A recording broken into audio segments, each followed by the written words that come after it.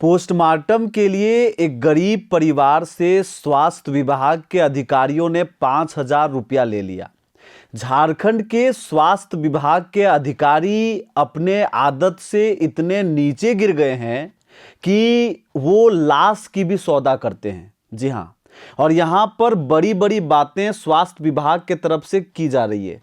Postmortem कराने वाले गरीब परिवार से जब पैसा मांग लिया जाता है तब समझिए कि उस सिस्टम का क्या हाल हो रखा है।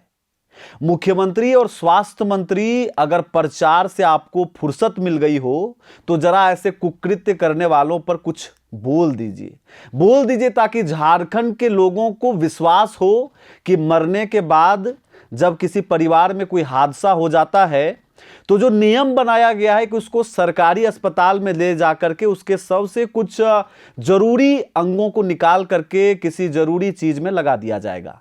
लेकिन शर्म आनी चाहिए इस व्यवस्था को लेकर के, किस तरीके से गरीब परिवार को मजबूर किया जाता है, उसके गरीबी से खिलवाड़ किया जाता है, उसके सम्मान के साथ सौदा किया जाता है। लाश पड़ी होती है और जो अधिकारी वहां मौजूद होते हैं वो बेशर्मी से पैसा मांगते हैं। ये झारखंड है, ये झारखंड की असली तस्वीर है।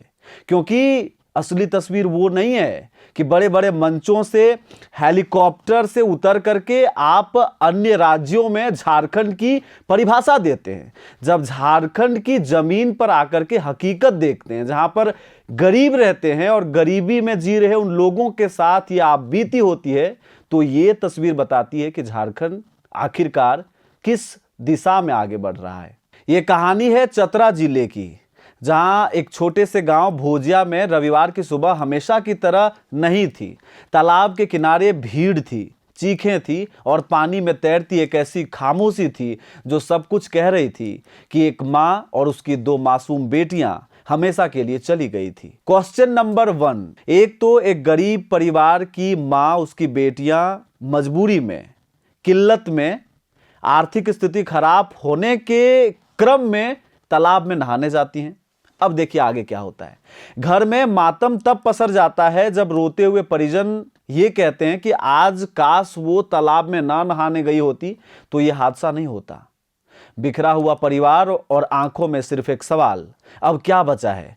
लेकिन शायद उन्हें नहीं पता था कि उनकी इस बेबसी का भी रेट तय किया जाएगा। जब वे सदर अस्पताल पहुंचे तो उम्मीद थी कि कम से कम यहां उन्हें सहारा मिलेगा, लेकिन वहां तो एक अलग ही खेल चल रहा था। पोस्टमार्टम जो एक कानूनी प्रक्रिया है, एक जरूरी काम है, उसे भी सौदे में बदल दिया गया। धीरे से कहा गया कि भैया यहां पर बहुत भीड़ है, काम कराना है तो 5,000 रुपया लगेगा। उस वक्त ना मोल भाव की ताकत थी उस परिवार के पास, ना ही सवाल करने की हिम्मत। सामने जब अपनों की लाश होती है तब बेबसी भी बेबसी जैसा नहीं लगता है। और पीछे सिस्टम खड़ा था। उस परिवार के सामने ऐसा लग रहा था कि अब लाश का बोझ और कितने देर तक ढोई जाए। 2,500 रुपये उनके परिवार के तरफ से नगद दिए गए, बाकी 2,500 ऑनलाइन। आप स्क्रीनशॉट के माध्यम से देख सकते हैं कि ऑनलाइन पैसे जो ट्रांजैक्शन किए गए थे वो 2,500 रुपये हैं।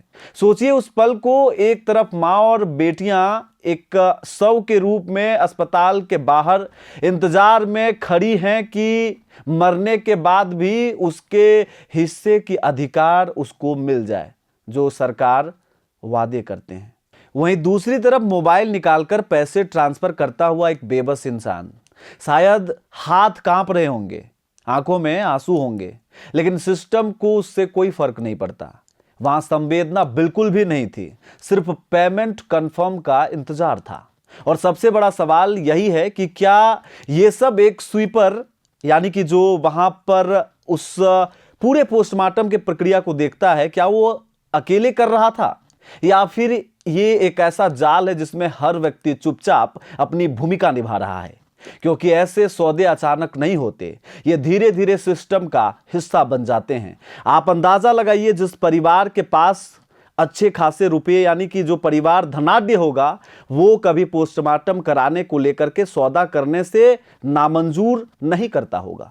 5,000 उनके लिए कोई बड़ी चीज नहीं होती होगी, लेकिन जब पोस्टमार्टम करने के लिए गरीब परिवार पहुंचता है तो शायद उसके लिए 5,000 रुपया बहुत बड़ा होता है। इसलिए कहा जाता है कि मरने के बाद भी झारखंड में और झारखंड के स्वास्थ्य विभाग में पोस्टमार्टम के लिए सौदे होते हैं, और सरकारें आप बखूबी जानते हैं।